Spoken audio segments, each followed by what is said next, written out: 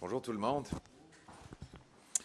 Comme vous le savez, notre mission, c'est de ramener la promesse du Canada où travailler fort vous donne une belle vie, des maisons abordables, de l'épicerie abordable dans des communautés sécuritaires. On veut des meilleurs salaires.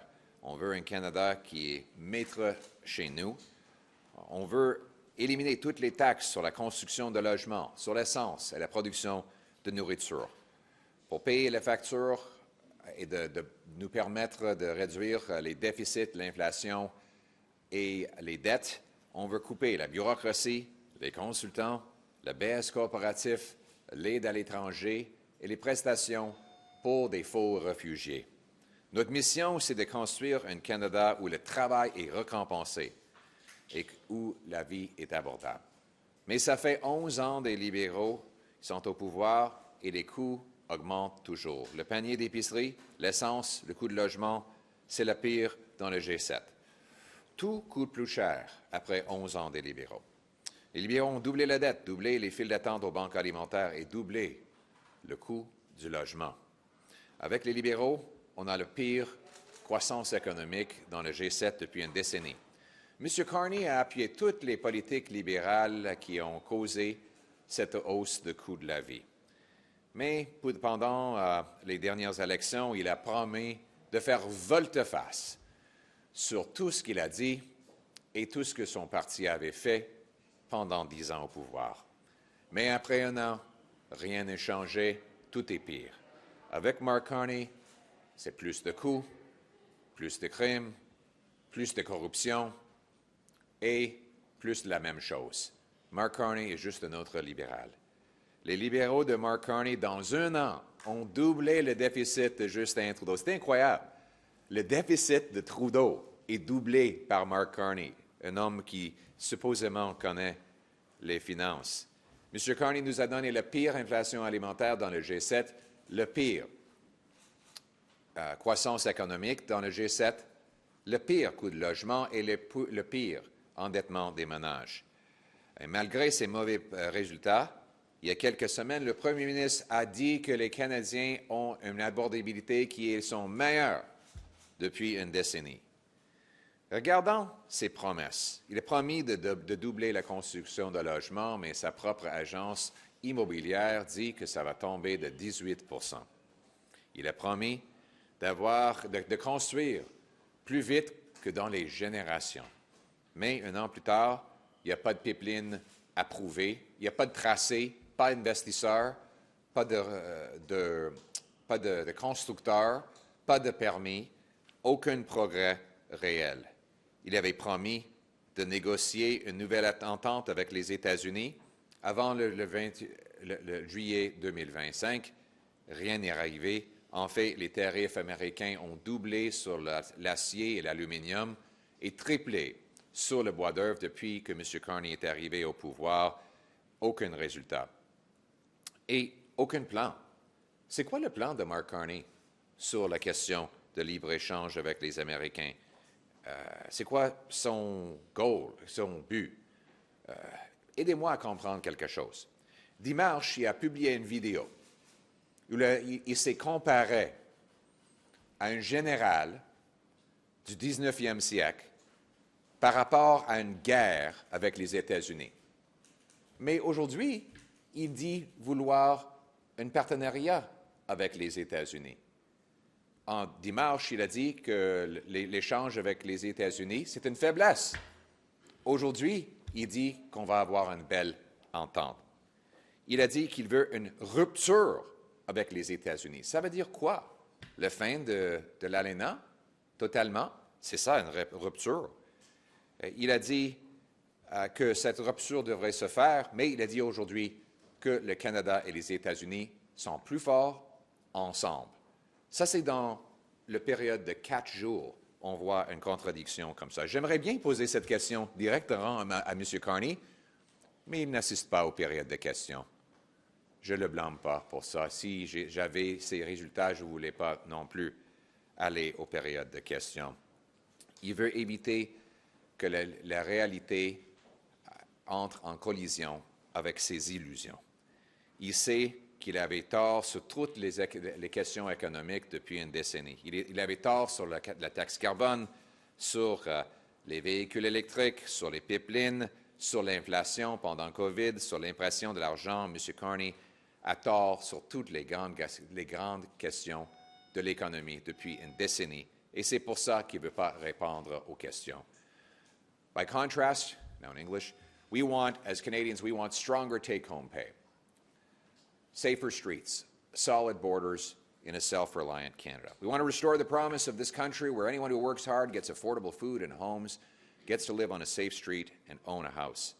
We want to free up money for this affordable Canada by cutting corporate welfare, bureaucracy, consultants, foreign aid, handouts to fake and phony refugees. All of this would help bring down deficits, taxes, and inflation. Our mission, again, is to restore the promise of this country that has been broken. After 11 years of Liberal governments, Canadians cannot afford housing, groceries, and gas.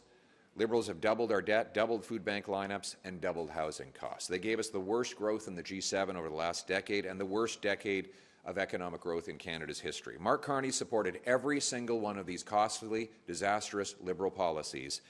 And then in the last election, he promised to reverse everything he had said and that his party had done in the prior decade. Yet nothing has changed. Everything is worse.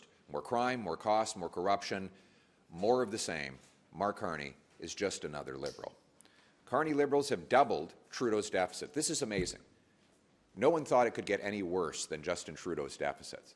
Yet Carney's deficit is twice the size of Trudeau's, all because he's increased government spending by 7% year over year. He's added $90 billion of net new spending above and beyond his promised savings, two-thirds of which is going to day-to-day operations and not to capital investment.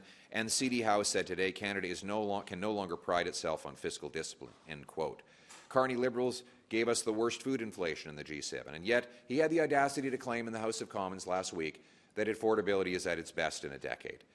Carney Liberals promised to double home building, while his housing agency says it will fall by 18%.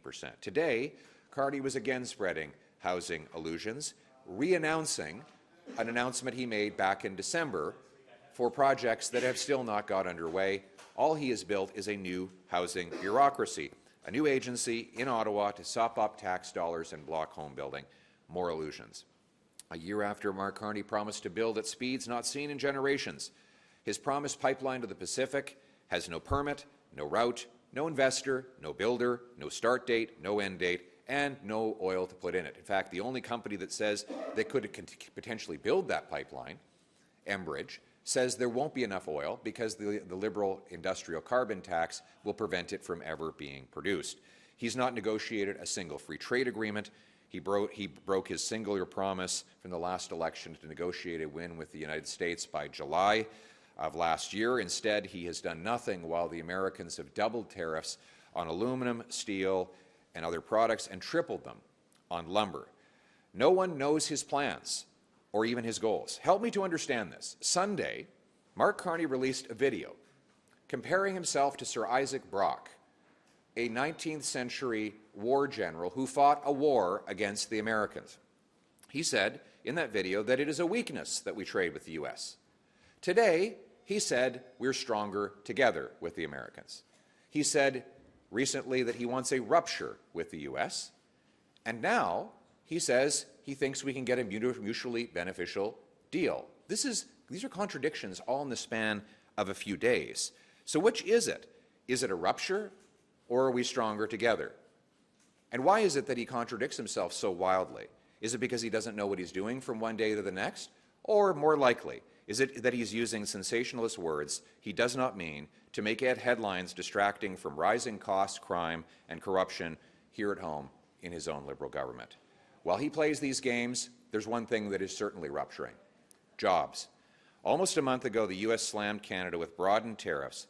It will cost Windsor $1 billion alone. Yet the Prime Minister has not said or done a single thing about it. Zero, nothing. More ruptured jobs. He says he wants this rupture with the U.S. Does that mean he wants to pull out of the CUSMA? Because that's what a rupture would mean, unless the word was just a meaningless sensationalist slogan. Now, I would ask him that question directly in the House of Commons, but he won't show up for question period because he knows that he and his agenda are nothing but a grand illusion. As soon as someone asks him a tough question, the illusion collides with reality. And the reality is that he's been wrong on every major economic issue of our time. He was wrong to support a bigger and broader carbon tax. He was wrong to support EV mandates, wrong to say we should keep 50% of our oil in the ground, wrong to support money printing during COVID, wrong to predict that COVID would lead to deflation rather than inflation, wrong on every major issue of our time, including the Indo-Pacific. One of Mr. Carney's most ridiculous illusions is around trade deals. He has not negotiated a single new free trade deal. And let me say that again. Mark Carney has not negotiated a single new free trade deal. He has signed 20 joint press releases with other countries, many countries that we already had trade deals with before. Nor has his major projects office approved a single major project that would allow us to send more resources to Asia. We need reality and not illusions. Under the previous Conservative government, we were able to sign new free trade deals with 50 countries, including Canada, South Korea. We were able to expand our trade into that region. But we must do better and we must do more, because our trade is still imbalanced with that region. Canada imports 25% of our merchandise imports from South Korea, from that region are coming into our country, but only 10% of our exports go in the other direction.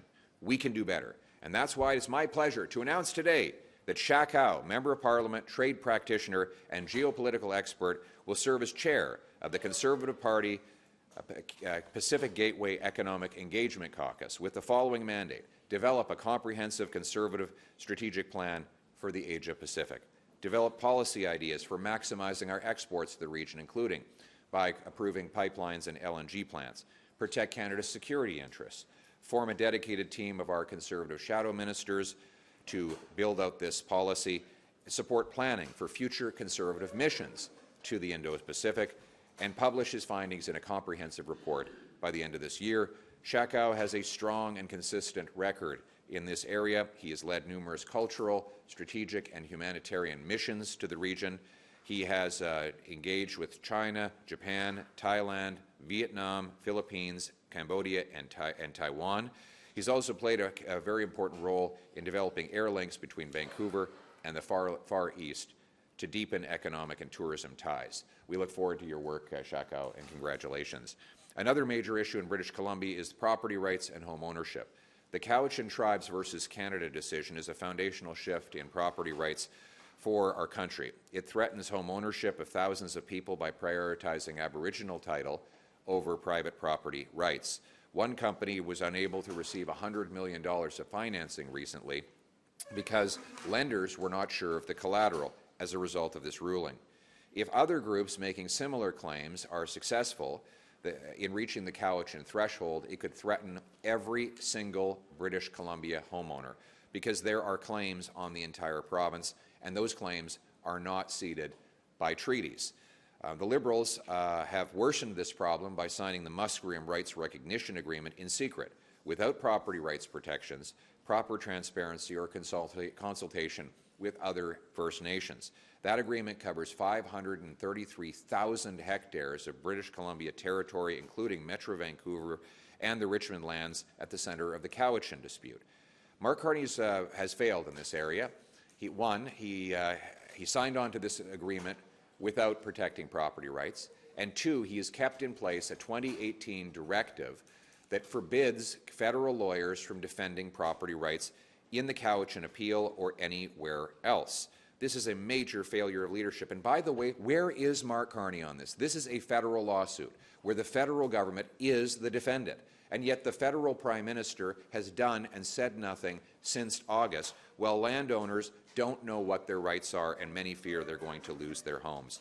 That is why we as Conservatives are stepping up to fill the void that Mark Carney has left.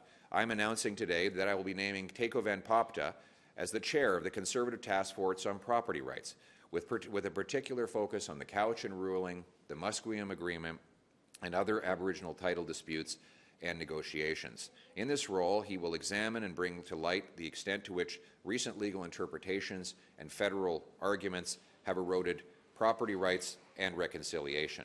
He will explore legislative and constitutional options necessary to protect property rights and home ownership.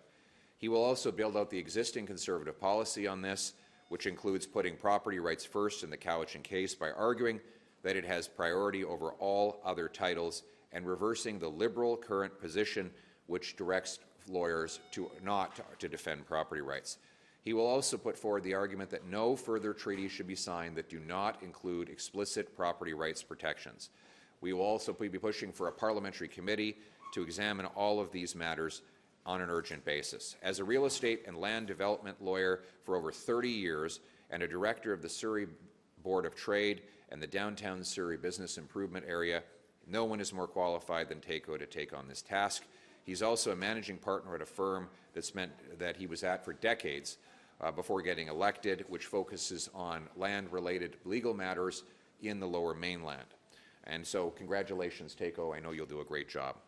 Again, our mission is a Canada where hard work pays off, where people have affordable food and homes, where young people can actually own homes, where our streets are safe, our economy is strong. We want a Canada with stronger take-home pay, safer streets, solid borders, and a self-reliant nation. Thank you very much. On the question of the Canada-U.S. deal, you've talked a lot about Canada needing to use its leverage. The provinces are using leverage by keeping American booze off the shelves. Do you think they should put it back on and remove this irritant that the U.S. has expressed? Well, first of all, I think we should focus on the big question here, which is that after Mr. Carney squandered all of our leverage by making a whole series of upfront concessions and getting nothing in return while he dragged out the matter, we've seen the Americans double tariffs on steel and aluminum and triple them on lumber. So that is what happens when you squander leverage, as Mr. Carney has done. I don't think we should squander any more leverage after learning from Mr. Carney's mistakes. But let's also focus on the reality that we're talking about 2.6 million Canadian jobs that could be ruptured if we don't get this right. That is the big focus, and not whether I don't think we need to spend 3 or 4 days debating whether we should drink bourbon or not. I think we should discuss whether 2.6 million Canadians are going to have their jobs. And the way to get those jobs secured is to get a tariff-free trade deal with the U.S. I'm the only one, by the way, who's presented a plan to get such a tariff-free trade deal. We need to get it done. What does that mean? What does that mean? Earlier last week, the Senate Human Rights Committee came up with a report on anti-Semitism. This was on Tuesday morning, where they recommended the reinstating of a position for the envoy of anti-Semitism, a position left vacant by Deborah Lyons last year. Tomorrow morning in Montreal, the government will announce $8.6 million of funding targeting the Black community and initiatives for the Black community across Canada. In the public sphere, we've spoken in the past against such initiatives targeting gender, race, or other groups. What do you make of it, and what's your current stance now? I just think after 11 years of a liberal divisiveness where they separate people by race, ethnicity, gender, and every other possible dividing line, we've seen a more than 100% increase in hate-based violence. That continues under Mark Carney. What we need to do is actually lock up violent criminals who carry out the violence in the first place, stop terrorists and criminals from coming to our country through what are now open and porous borders. And we need to start treating every Canadian as an individual, not judging them based on the race, the ethnicity, or the gender. We treat everybody based on their Canadian personal characteristics of hard work, decency, and patriotism. By the way, I just realized I just made a mistake. I made a mistake. I was supposed to let my members have a quick word here. I will take all your questions, though. I just wanted to. There you go. Yeah. There you go. Yes, ladies and gentlemen, my name is Chak, MP for Richmond Centre Marple Riding. I'm both honored and humbled by the assignment. This is a huge and important task. But fortunately, we are building on the strong conservative record on trade expansion and diversification. As mentioned, during the time when Mr. Harper was the Prime Minister, Canada's trade agreement with other countries increased from 5 to 50. So we are building on this track record. In the weeks to come, I will be working with my colleagues and in consultation with the stakeholders to develop a policy framework, a plan, and an implementation strategy. for us to move Canada's economy forward. Thank you. Good, thank you. I'm very pleased that the Conservative Party, under the leadership of Mr. Poilievre, is taking a very clear and strong stance on private property rights. I spent my career as a real estate development lawyer taking indefeasible title to the bank. We always thought that private property rights were rock solid, sacrosanct, never to be messed with. What the title says, the title is. This is one of the principles on which our modern economy is established. Yet today, that has now been called into question. We are all very shocked at the Supreme Court of British Columbia decision in the Cowichan and Tribes case, where for the first time in Canadian history, a court declared Aboriginal title on privately held lands. That's never been done before. It is not necessary for reconciliation. It puts reconciliation in the wrong direction, and I'm very pleased that this task force has now been tasked with coming up with solutions, coming up with recommendations, coming up with good policies to protect private property rights. Thank you.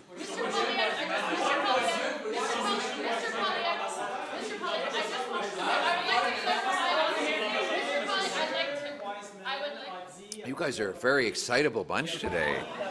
Wow.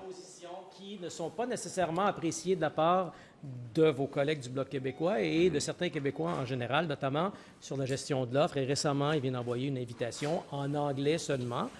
Est-ce qu'il doit être rappelé à l'ordre? Oui, absolument. En fait, pour être vraiment bilingue et pour respecter nos deux langues officielles, il faut dire que M. Wiseman n'est pas un homme sage. En réalité, il a dit qu'on devrait avoir 100 millions de nouveaux immigrants. Il a insulté le Québec et maintenant il fait des invitations dans seulement une langue officielle. C'est un manque de respect pour la langue française et ça remet en question l'engagement de M. Carney de protéger les intérêts des Québécois et des francophones dans les négociations avec les États-Unis. I just want to clarify. Should premiers? Tariffs are the starting point for any conversations with the Americans. Is it worth going forward and baking in those tariffs for another 5-year period? I don't understand the question. The Americans have made clear that tariffs are the baseline for any trade agreement they sign with any partner nation, friendly or not.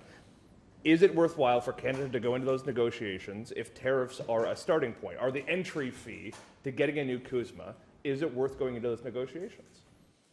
Well, I understood from the Prime Minister's remarks that he said there wasn't an entry fee. So I don't know if you heard that. The Americans keep saying that tariffs are a prerequisite for any deal, and all of their previous deals have included tariffs. Do you think you could get a deal that does not include tariffs? Yes. And I've already presented my plan on that. You build up your leverage, and you make it clear that the Americans only get what they want if we get what we want. What do they want? They've made it very clear. They need critical minerals. We have 10 of the 12 NATO-defined critical minerals that are necessary to fight a modern war. We have the aluminum that goes into fighter jets.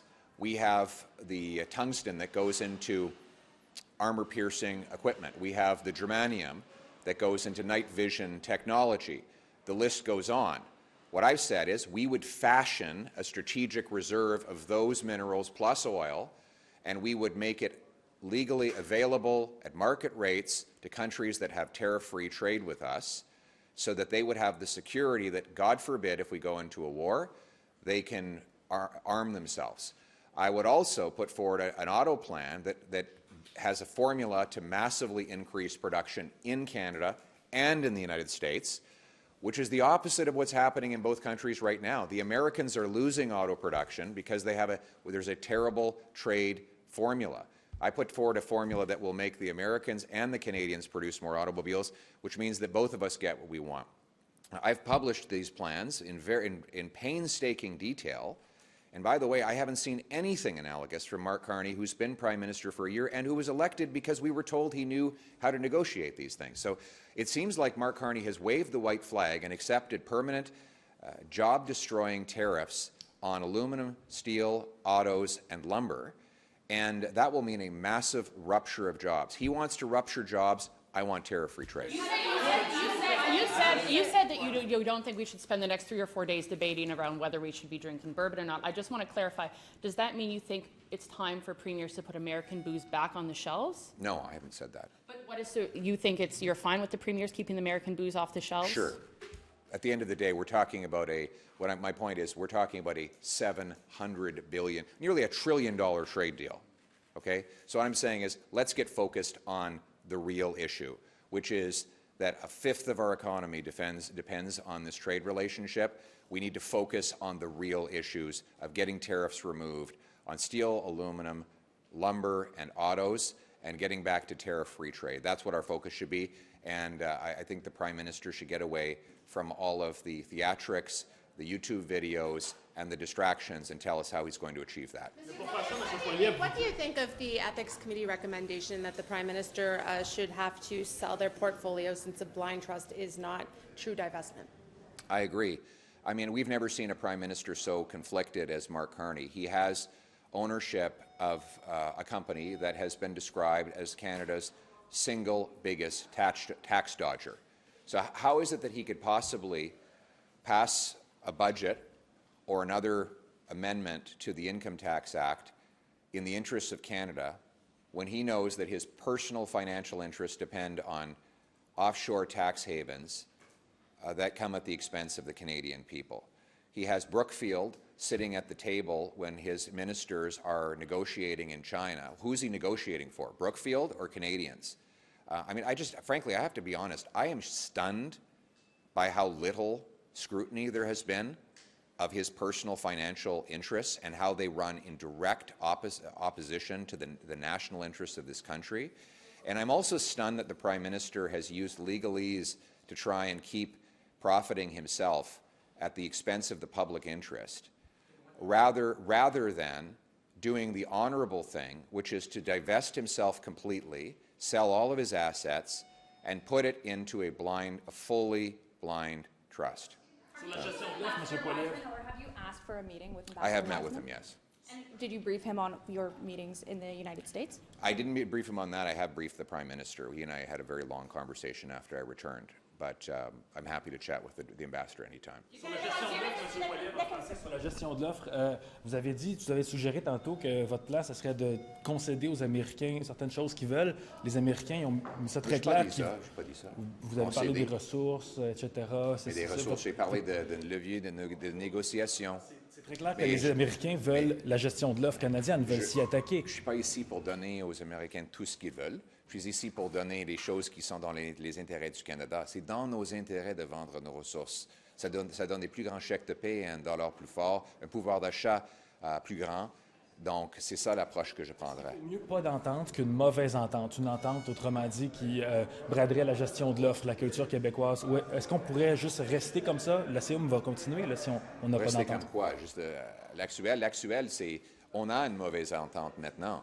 Une mauvaise entente avec des tarifs sur le bois d'œuvre et l'aluminium de nos amis au Saguenay-Lac-Saint-Jean. Ça, c'est une très mauvaise situation. Des tarifs sur les autos qui vont éliminer notre secteur automobile si on les enlève pas.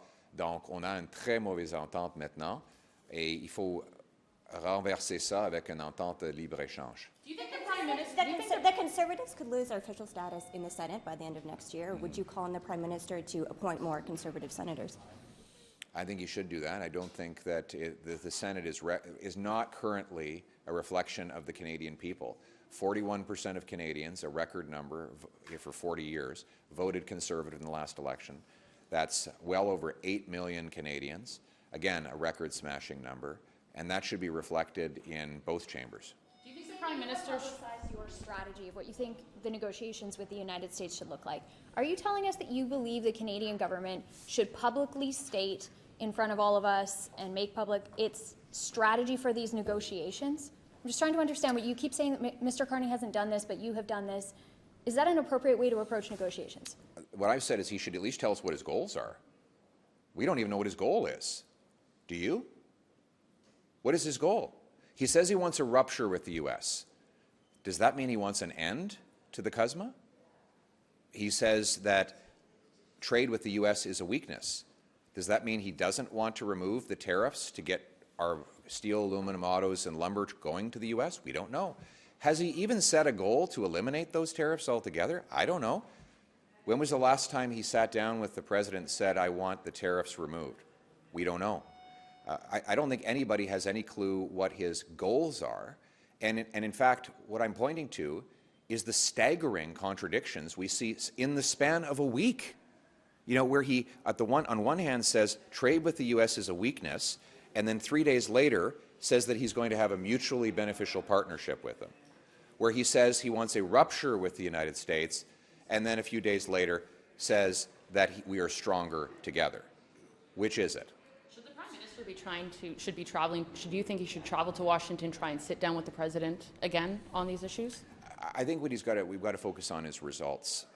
This is a Prime Minister who's, I've never seen him, frankly, a Prime Minister get so much media attention for meetings, councils, committees, new agencies that he's created, but who has done so little in actually delivering results for real people.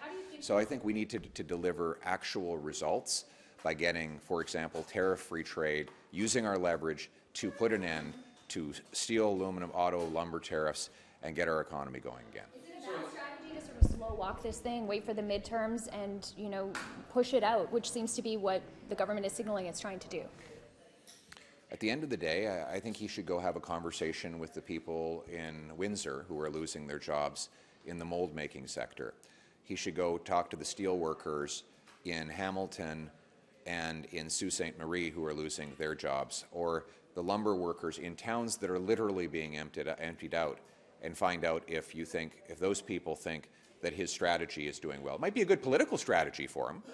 Might be a very good political strategy for him, but clearly the Prime Minister would not want to put a personal political strategy ahead of the national interests or the interests of workers. No one would. Sir, you had a lot of complaints about the Bank of Canada when they jacked up interest rates. They've lowered them faster than the U.S.